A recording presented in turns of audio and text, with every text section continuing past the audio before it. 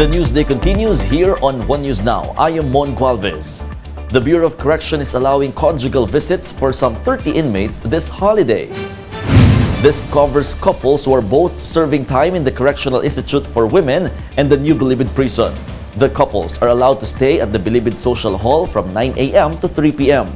Bucor Officer in Charge Gregorio Pio Katapang Jr. said at least 300 more inmates are expected to be allowed with conjugal visits until January 1. Katapang is also seeking presidential clemency for some 3,000 inmates who are 70 years old and above. Provincial buses have been temporarily allowed to traverse EDSA. The MMDA said this will be allowed until January 2 next year to cater to the expected influx of passengers. Buses from Northern Luzon are ordered to terminate their trips at bus terminals in Cubao, Quezon City, while those coming from Southern Luzon should terminate theirs at terminals in Pasay City. President Bongbong Marcos urges Filipinos to celebrate the holiday in a simple way.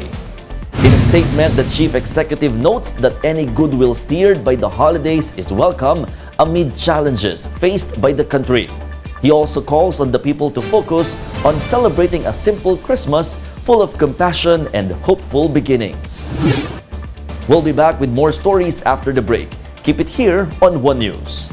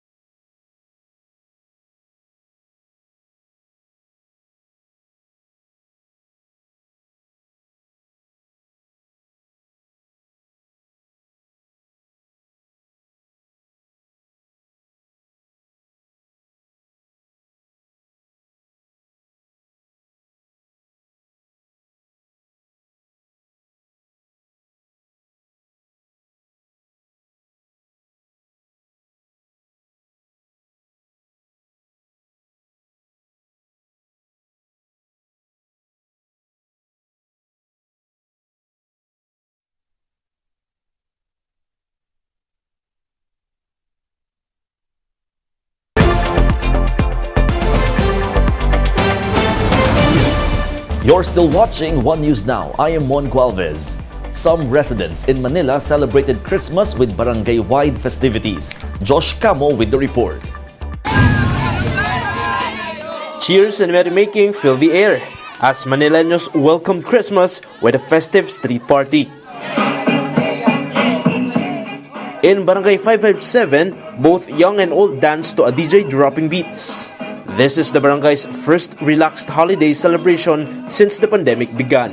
Talagang excited yung mga kabarangay dahil after 2 years na under pandemic, ngayon lang muling naging masigla ang barangay. Alex, a former resident, says he still returns yearly to Barangay 557 to celebrate Christmas with his family. Tradition talaga namin dito na every Christmas, New Year, dito mag-celebrate kasi sobrang saya dito. In Barangay Bomber 463 Manila, residents also took their party to the streets. Children eagerly played games. Kasi po Christmas, tapos para di ba dumaan ang pandemic, walang mga ganap. Kaya ngayon, ito kasi tradisyon namin to taon-taon. Kasi po, back to normal na! Of course, there's also people singing and reunions being held. Even their barangay chairman joined in on the fun, giving away cash prizes.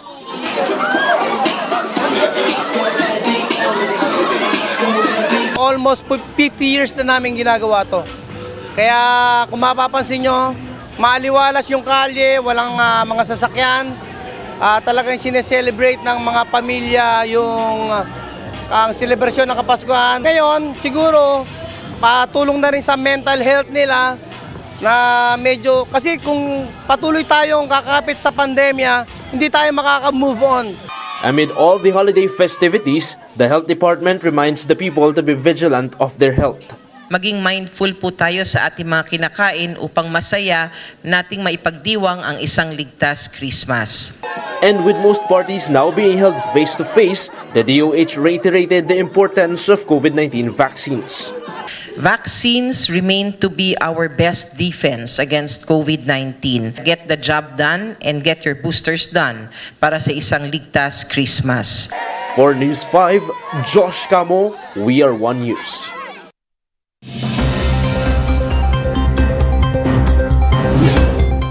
Here are some of the biggest Christmas news from around the world. New York was under a fierce winter storm on Friday, prompting authorities to impose a driving ban in some areas. Winter warnings are up in several states, including Montana and Texas, affecting over 240 million Americans. Meanwhile, in his Christmas Eve homily, Pope Francis called on Catholics worldwide to remember the people affected by war. The Pope is also set to deliver his biannual Urbi et Orbi blessing and message from St. Peter's Basilica later today.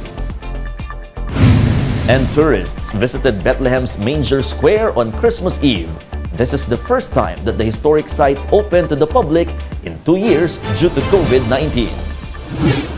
And those are the top stories of the hour. Join us later at 1:30 p.m. as we continue to monitor the day's biggest stories.